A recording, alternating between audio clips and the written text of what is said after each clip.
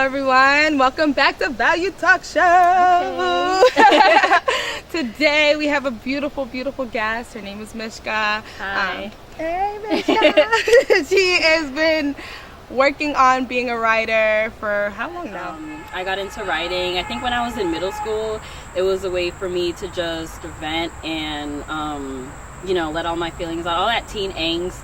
So I had like a little journal that I got from a pen pal in 6th grade, and I used that to, write down all of my feelings, and that's when I started writing poetry.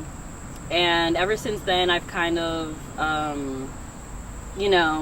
branched out, and, now I do various types of genres, and I write, not only do I write poetry, but I also do short stories, and I just wrote a comic, I wrote a children's book, so I have a lot of different things going on. So she definitely has that Drake vibe. Started from the bottom, now she's here. Writing's a tough job, and I know that it's not easy to come up with certain things. So when you're going about writing a story, how does that process go? I don't know. I don't know where I get my inspirations from. I think I kind of, maybe sometimes I look to current events, and I don't know, movies. I watch a lot of movies. I kind of get inspired that way, and TV shows. But other than that, maybe sometimes I'll be listening to music or just doing like normal everyday things, and like a story will like randomly pop into my head. So I don't necessarily know. I think I get my inspiration from everywhere, I guess.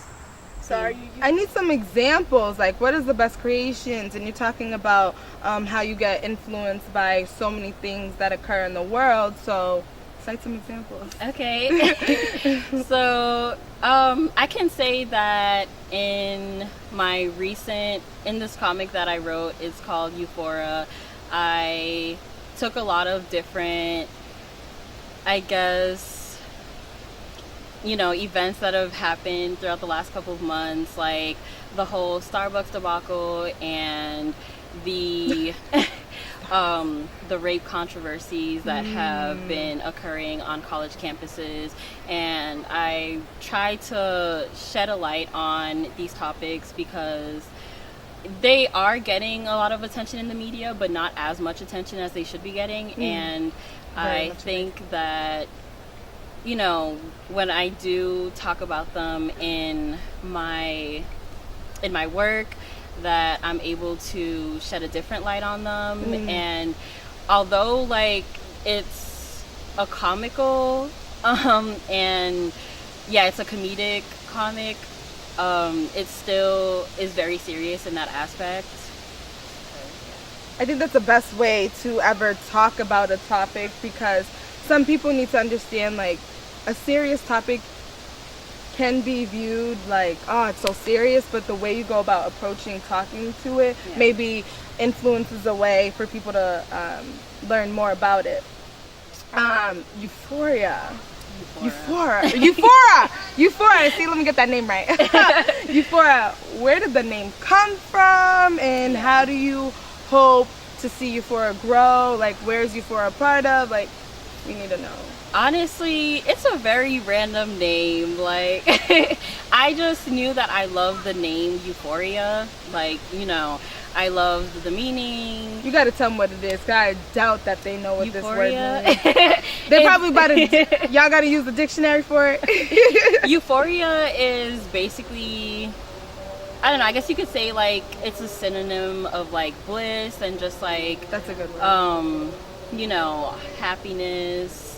Just like, I guess, the ultimate form, I don't know, I guess, like, happiness doesn't have a limit, but if you had to, like, put a word on, like, the ultimate form of happiness, I guess Euphoria would be it. And, but I didn't want to use that exact word, so I kind of just took the I out of it, and slapped it on there. But I started this hoping that it would become a series. So the first issue is, coming out this month. Ooh, and be on the lookout. I want to continue to see it grow from here, but I also am talking to an illustrator, the different illustrator from the one who illustrated the comic, but I came across this illustrator and I really love her work. It's like very Afro-futuristic, and it definitely is inspiring in the sense that it celebrates the Black form and like Black women in general.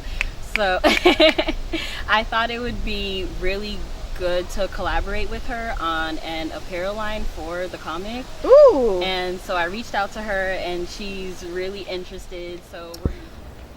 So how do you anticipate to continue this talent of writing? Are we going to see Euphoria in the next magazines? Like, where are we looking to see it more, or like how are we progressing with Euphoria?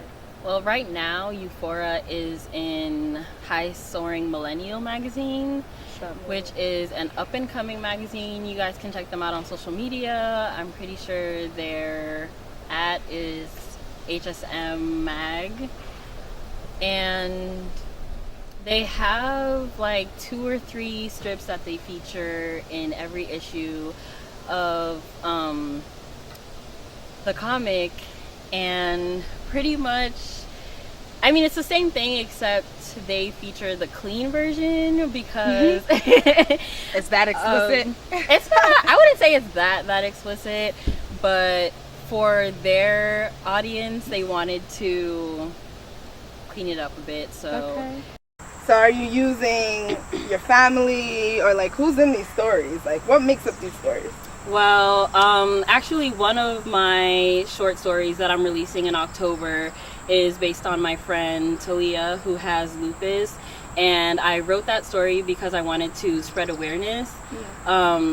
It's like a fantasy type story, and I actually wrote a children's book based on my nephew. But if I've ever been in a situation where I've had my heart broken, that kind of stems a lot of